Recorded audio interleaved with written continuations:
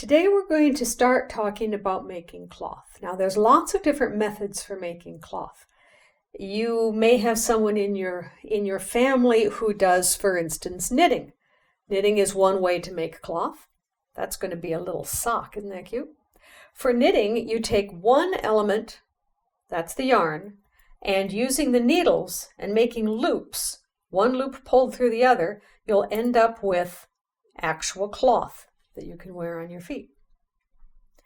Another way to make cloth is called crocheting, and that also uses one element, that's the yarn, and by pulling the loops through themselves in a special way and using just one hook rather than a number of knitting needles, you can also make cloth that can make clothes, blankets, what have you. The type of cloth making that we're going to talk about is going to be weaving. Now in weaving, you don't have one element, you have two. You have some threads that are going this way. You have some threads that are going this way. And we are going to talk about that while making our cork trivet. So let's take a look at what we're going to make. We see that there are some corks that are going up and down and some that are going left and right. But we've got them interlaced every time they come across each other. And we're going to do plain weave today in this project, which means that it always goes above, below, above, below, above, below, one on one like that. Let's look how that's going to be done. I have, and you have, 10 threads. I know that 5 of them are going to go this way, and 5 of them are going to go this way.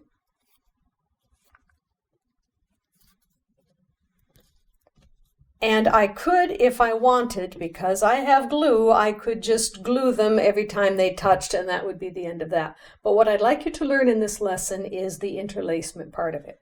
So I'm going to concentrate on just one at a time. So I want this one here at the top, the cross piece, is going to go above, below, above, below. Starting here, I see that it's above. So here it needs to go below, and I'm going to move that so it is below. Then the next one will be above. Good, so this next one then needs to be below and then above. So that works out well. When I introduce the next piece, cross piece, I want it also to go above, below, but I have to have it do the exact opposite of what I did right here in order to get them to interlace. Which means that here, the one on top is above, so he needs to be below. So carefully, without shifting too much around, I can put him below. Then I need to follow my pattern. Below, which means here is above. Good, that checks. Here, he needs to be below this one. So I'm going to very carefully lift this one up and stick him below. I can bend this cork a little bit, but if I try to bend it too much, it might break, so I'm going to be very careful. He's below this one. He needs to be above this one. That's good. And he needs to be below number 5. So let's check it out to make sure we haven't made a mistake. The cross piece, the top cross piece is above here and below here. That's good.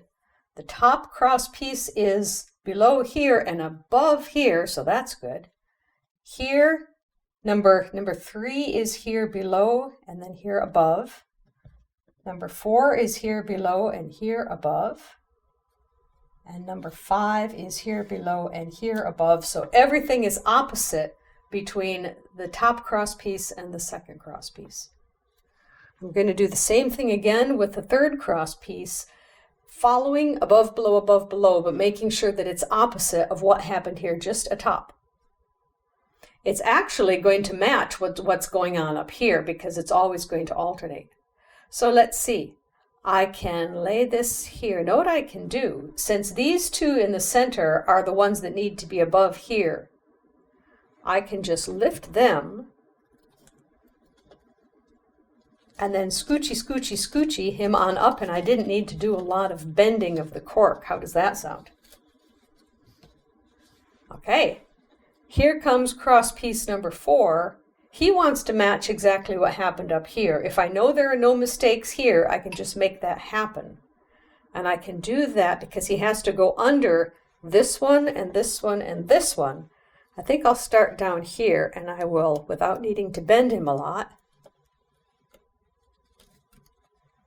And underneath of this one. And then I can scoochy him also up.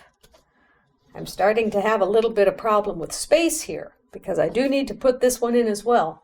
So I'm going to shift everything carefully, kind of supporting it as I push it in 2 places, not one, so that I don't put too much stress on any one part of the cork. See how I'm pushing with the backs of my fingers in 2 places on the cork to get it to move a little closer? If I were to just take this and yank, I might hurt the cork, and the cork is rather delicate, so I can push that up there. Now, here comes the last one in, and he wants to match this fellow here in the middle, which means these 2 need to get above. So I'm going to slip him in there, slip him in there, and slip him in there. Now I have everything interlaced nicely. What would a mistake look like? Well, let's say that as I was doing this one, I was pretty good with getting these 3 on top and this one underneath, but let's say that this one happened to still be on the top. And it might look okay at the moment, but then when I came in the next time and said, I want to have this one match this one up here, and I did this, and say, okay, whoops, you can tell right here that that's not interlacing like the rest of the mat is interlacing. So then I say, okay, my problem wasn't here, because this one's pretty good. The problem was one before it. So he can get removed, and I can fix the problem down here, but rather than trying to pick this up and bend it around here, because he might break if I did that, I'm going to come back to this safe position where he only needs to bow a little bit to get underneath, and then be careful pushing with the backs of my fingers until that is up where it belongs. And then I can come along here and put the correct final cross piece in like that. Now here I'll check to make sure that I have it right. The cross piece is over, under, over, under, over. Good. Here, the cross piece is under, over, under, over, under. That one's good. Here, the cross piece is over, under, over, under, over. Okay? Here, the cross piece is under, over, under, over, under. And the last cross piece is over, under, and over. Good. Now what I want to do, now that I have all of the mechanics of it correct, is I want to kind of push them together a little bit so that I have some little ends of it hanging out on the side, because I like the look of that, and because this gives me a good size to put on the table when there's a big pot of soup to put on the table. This will protect the table from the hot pot. So I don't have very many pots that are this big, but I have a lot of pots that are this big. I'm going to condense everything in towards. Now you had seen me moving things around in the cross pieces, but we can also move the up and downs closer to themselves as well. What I will do is, since this is the center of my mat, everything's going to come towards this point, which means I can push this one up a little bit, and this one, again using all 4 of my fingers, push that one down a little bit. This then can be pressed. This then can be pulled down. And now, because it's more convenient for me, I'm going to do the same thing with the other set of elements by just turning it 90 degrees. Push that in here. This is going to carefully be pushed there. Press that in and pull this down. Okay, I see that I have a long length here and not very much length here. I'd like to have it be the same all the way around. if I orient it this way, then it's easier for me to pull down than it is to push up. So there's that. So all I'm doing here is just kind of fiddling with it until it's ending up to be symmetric. That means it looks the same from all sides. That's not too bad, but this one here you can see is shifted that way a little bit, and I'd like him to be a little longer on this side. It's easier for me to pull than push, so I'm going to orient it this way and give this guy just a little bit of a pull, stabilizing the mat and giving him a little pull to get a little more length there. Pushing at the top and pulling at the bottom is a good way to do it. Same thing with this guy. Push a little bit at the top. I can stabilize it with my whole forearm while I do this. There we go. And maybe this can shift a little bit that way. Do you see what I'm looking for? Is to get that nice even spacing all around with the tabs around the outside more or less being the same size. I like that a lot. All right. This is actually, because it's interlaced now, this could work as a trivet for your mom's pot of soup. But I would like to make it a little bit more permanent because it's a little delicate here if it gets jostled. So now I want to be able to glue.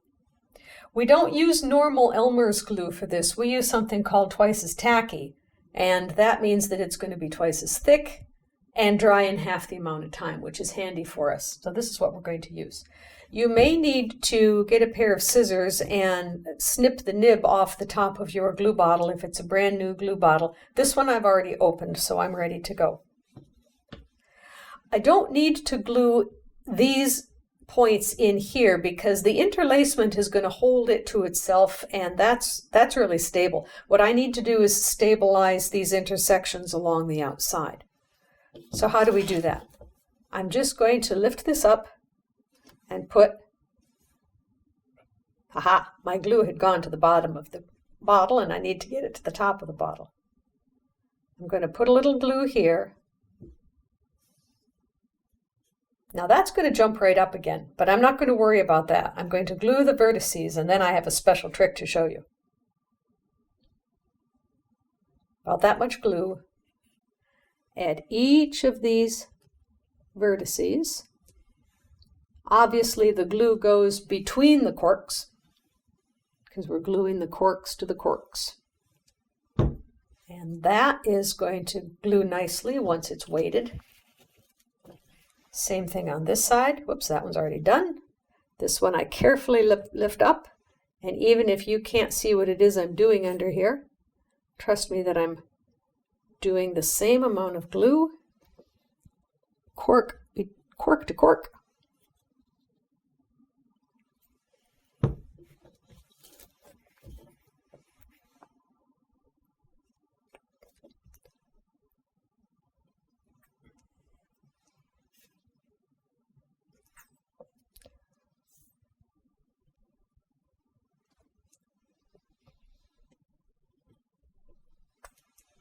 And there should be one side left.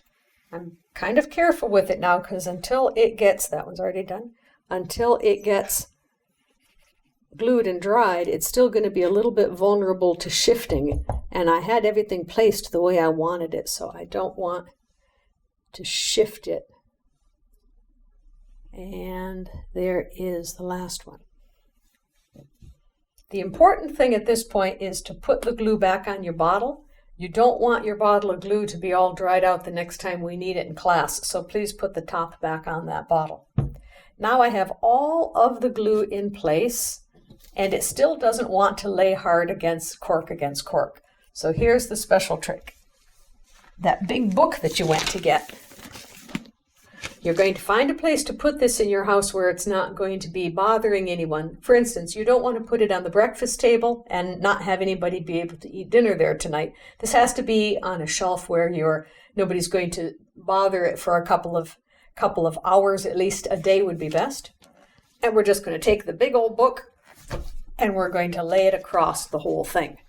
That will hold it cork to cork, and in about 4 hours, or better yet, a full day, we can take the book off and we can take a look at our finished trivet.